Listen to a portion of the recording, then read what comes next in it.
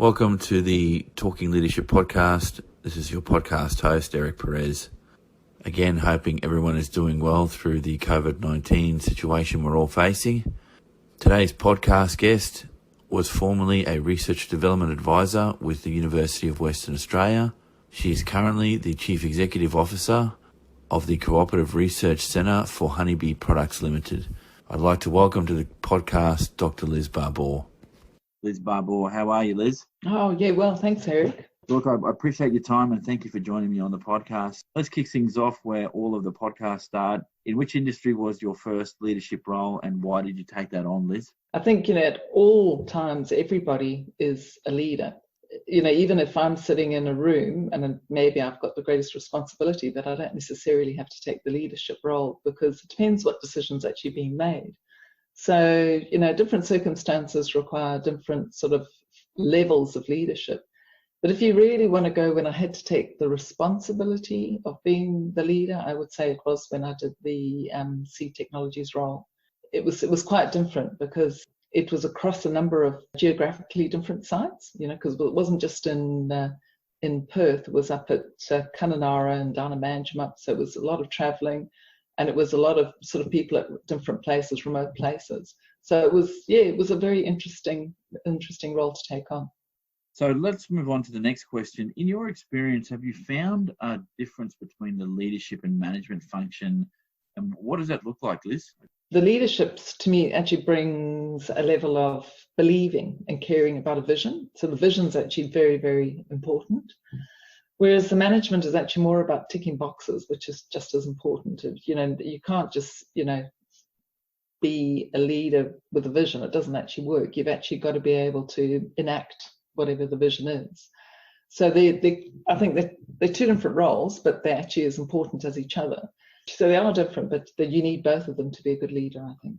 Thank you for sharing that. And again, that's fairly consistent. Well, not fairly is not the right word. It is consistent with previous responses, but just unpack that just a little bit if I can.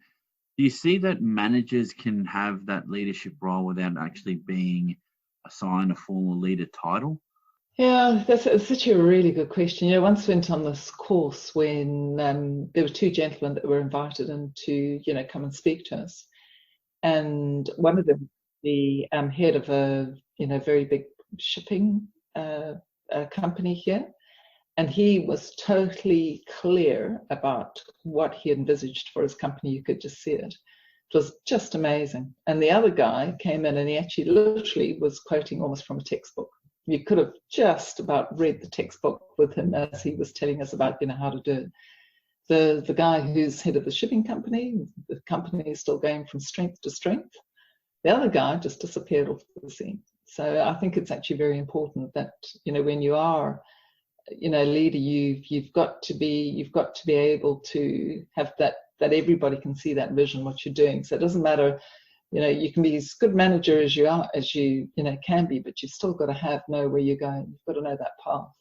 The difference between those that want to be technical in nature and those that lead and don't have technical roles is you'll always find in different industry sectors that line between manager and leader sometimes blurs, but is sometimes quite distinct. And like you were saying before, one function is to lead to a vision or to look at possible futures, whereas the other can be very much operationally focused. I've never quite subscribed to you can't have someone in management that is a leader, but I think leadership roles and management roles require different skill sets, and I think individuals will naturally gravitate to the skill set that they're most attracted to. So some people that are naturally good leaders, I don't think they would necessarily be the best of managers, particularly if you need a details-oriented person. And I say this from a lot of the entrepreneurs that I've met in my travels, and please let me know what you think, but a lot of the entrepreneurial types that I've met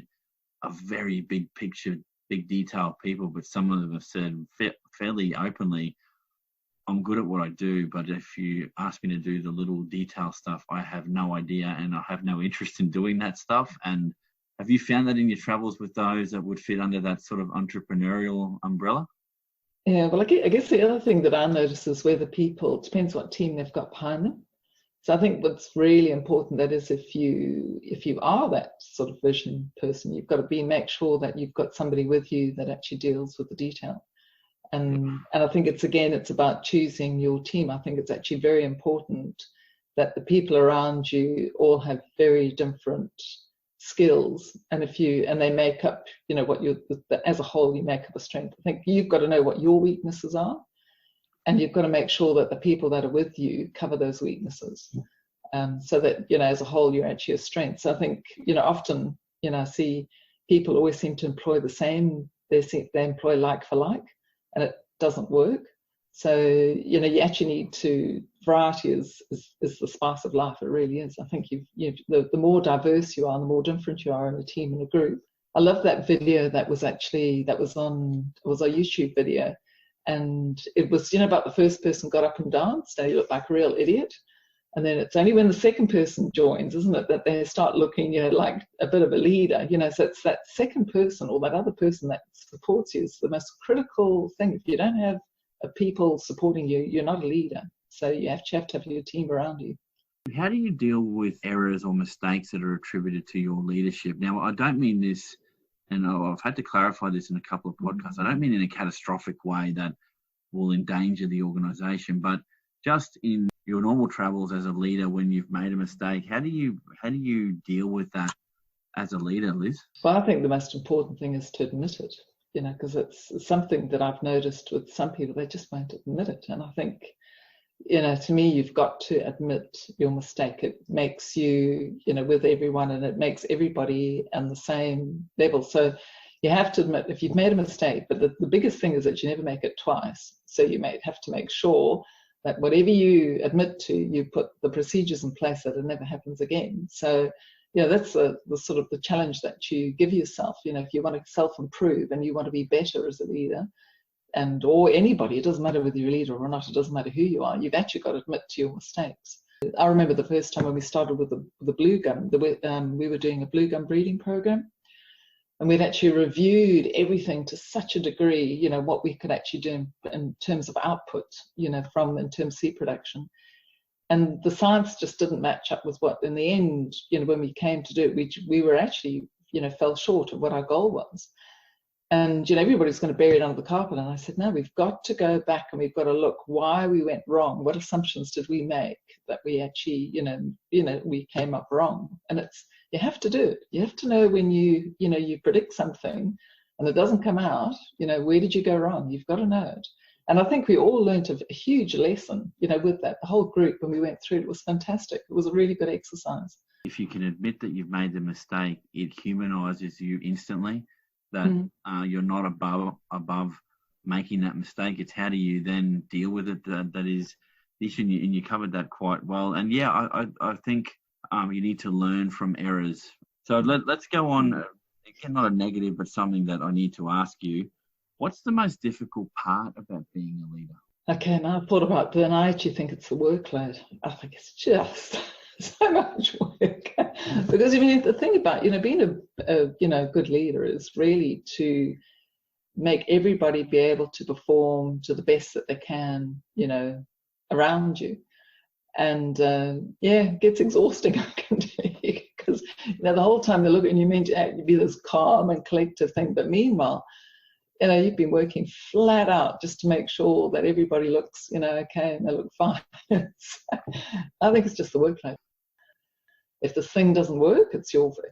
It's not anybody else. It's you. So you're that's more than fair enough.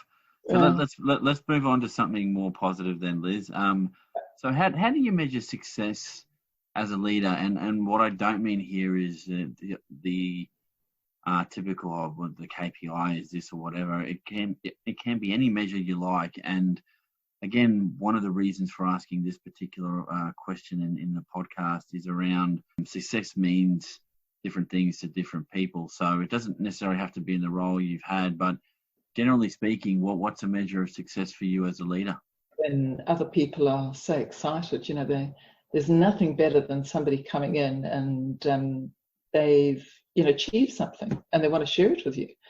That's just it's wonderful. You sort of try and put them on a path, and then they get there and they get really excited about it, and then and then, it's not work for them. It's just like this pure joy that they're just absolutely, and they're smashing it. Then you've done it. So, and it's a funny thing because, we don't get on with all people. Remember, you walk into a room and you'll click with, five, whatever the people are in the room. You won't click with everybody. So it's quite a difficult thing when you work.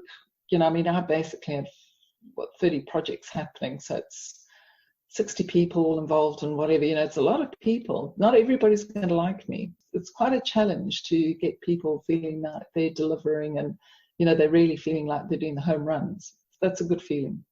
For those listening, sorry, I should have done this at the start of the podcast. A CRC is a cooperative research centre, and that's, Liz, do you want to maybe expand on that just a little bit? What is it you do in your CRC? We're researching honeybees. So we have sort of 4 different programs. One's actually about all the resources. Then we're doing the honeybees, and that's actually the products that they actually produce. And you'd sort of think, honeybees are actually, quite simple little animals. I promise you, I've been fascinated with just how, how complex the whole system is. And actually, what it also stretched into. It's been absolutely, it's been really, really good and really interesting. And we go through, people that, basically do beekeeping because they love the bush, and they disappear into the bush, through to, people who've, I've got engineers who've never even looked at a bee before. So it's this huge variety of people that are actually all involved, and it's great. It's really good. It's really so for funding and attention to be brought, and just a little bit off topic here, to engineer your particular CRC. Is the bee in general very critical to the food web, for example? Like, is their role that critical? Like, and I'm asking, so I'm a complete novice. I'm pro bee. I like bees, but I don't know anything about them. So maybe if you can share just a little bit with those listening.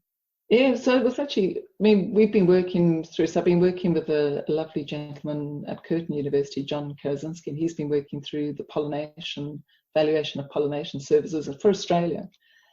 And it's over $14 billion with so basically bees we'd sort of crash on $14 billion. There's whether, what would come in or whatever, but there's about $14 billion. So even in Western Australia, which is not, mainly we're a wheat growing state, it's about 1.1 billion. Victoria's the worst, actually. If the bee goes, it has about 6 billion worth of food produced. So, wow. Food fibre. So Victoria will be really hit if something happened to the honeybee. Getting back to the questions, and the next 3 are more statements that I'd like to get your views on. On the job experience develops better leaders.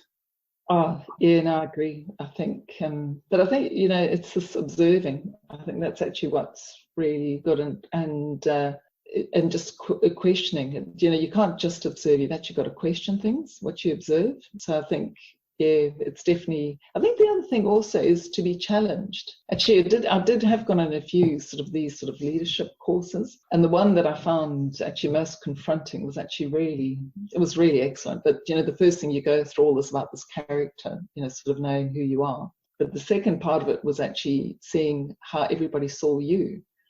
that was very confronting. Oh, wow, yes.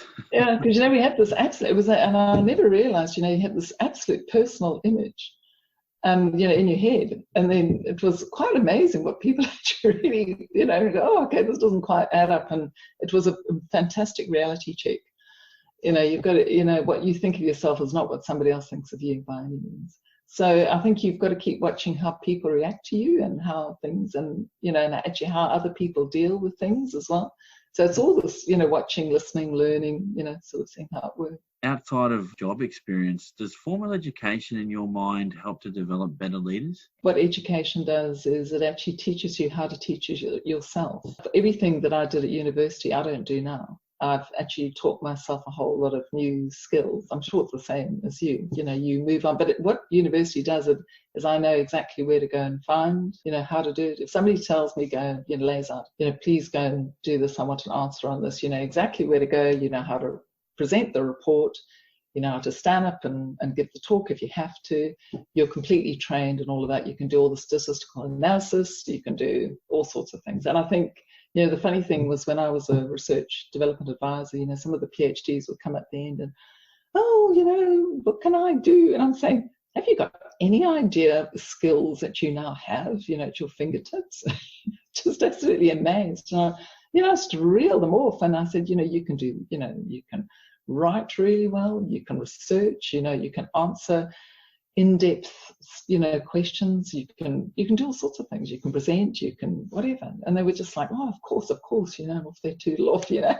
But it was, yeah, it's just quite interesting. So I do think, you know, you should never stop learning. And it's also the thing about questioning, being very aware of where you sit in the world. I think that's what university does, is that, or whatever, you've got to be very aware where you are, and so especially nowadays. I mean, even with this virus, you know, that's been all hitting us, you know, with all the bombardment of information, there's good information out there, but you've got to sift through, you know, which is good and bad. And that's, you know, what you get trained to do, is to know what's good and what's bad in terms of quality of information. So I do think you need to get that.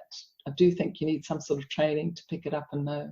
So here's the last statement, and this one I'm very interested to get your perspective on. Leaders are born, not made. It's a difficult one. Actually, maybe in the end, it's what you're born into. Actually, I think that. So if you have a, you know, family that's questioning and whatever, that, you know, sort of has that at the dinner table, I think you carry that on through. So I think your environment is actually massive. Born now, I think you've got to work at it. Actually, I think. Yeah, no, I actually think you are. I think you can be made into a leader, and it's by your environment more than anything, I think. And so hence that thing about education and whatever all adds to it. I think it gives you have to have an understanding of what's going on around you to actually be a good leader. You may not agree, but at least you're challenged to think differently. Does that resonate with you, Liz? No, I think you're right on that. Is that I certainly agree. You have to have the knowledge area into the area you go in to be a leader. You have to. But there are two people with the same knowledge, there would be a difference. So I guess what I'm also thinking about is cultural differences. To me, not a leader. To me, it's almost like by the knowledge of what I do is actually where I'm at, rather than, you know, you're the great leader. And it's even thing, you know, when you get selected for a job, you don't get selected because on your first line on the CV, I'm a leader. You get selected. Sure. And yes. You've got this knowledge and this experience. You know, so you work hard to get to be, you know, where you are. You know, so it's not an easy road. I'd like to ask you about a couple of leader capabilities, and these stem from some study that I'm doing, and again, I'm not for 1 minute arguing that they're the only leadership capabilities, but in what I'm looking at in the research that I'm doing, looking at the agricultural space, that I believe from the literature that I'm reading, that strategic thinking and foresight are probably the most critical leadership capabilities. Any thoughts on that? Oh, absolutely, especially in the agriculture area, because agriculture is one of the most high-risk areas you can walk into. You know, I mean, you've just got, you know, so many things to take into account to, you know, have a vision. You know, so, you know, even when we sort of even talk, you know, I mean, honeybees are an agricultural a commodity, and I sort of look at it, and it's so complex, and sort of trying to predict what the future is. You know, sort of looking at all this data and just trying to see, you know, what are the things that are really going to impact us on our food security? You know, and are bees one of those that we've really got to worry about? You know, because you've got this thing about, you know, use of insecticides versus bees, and it's just been really interesting working out. And then even then, you know, like we have like last year, you know, we had this most fantastic drought. When, you know, we had no pollination, no honey production. So it's, you know, it's you know, the unpredictability and trying to see a vision through it all to keep an even sale is really difficult in agriculture. So I think you have to have a huge vision, sight, information to actually to make a leadership or headway in it all. I guess there's also something about the other side of strategic thinking is actually finding a system to then guide. You know, it goes back to almost that sort of mix between leadership and management, because you could still see everything, but if you can't put an action plan into place, then it's all a waste of time. So it's almost like working the two together. I think the one other thing is that you've got to rely how much information you have. I think you've got to be aware that there are lots of different views that you've got to take account of, and often, I sort of look at decisions that are being made, and I wonder whether the person who's been making the decision or the strategy has actually had all the information at hand, and whether there's some things that are missing. So it actually goes back to that thing about, trying to find, everything that you can know about a subject before you make before you sort of speak out. And I think that's about the strategies. That strategy can be as good as the information that supports it.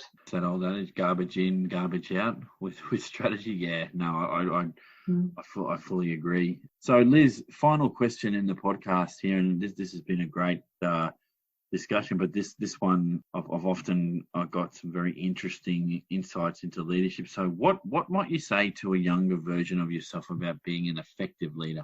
Oh, okay, so actually that's quite interesting.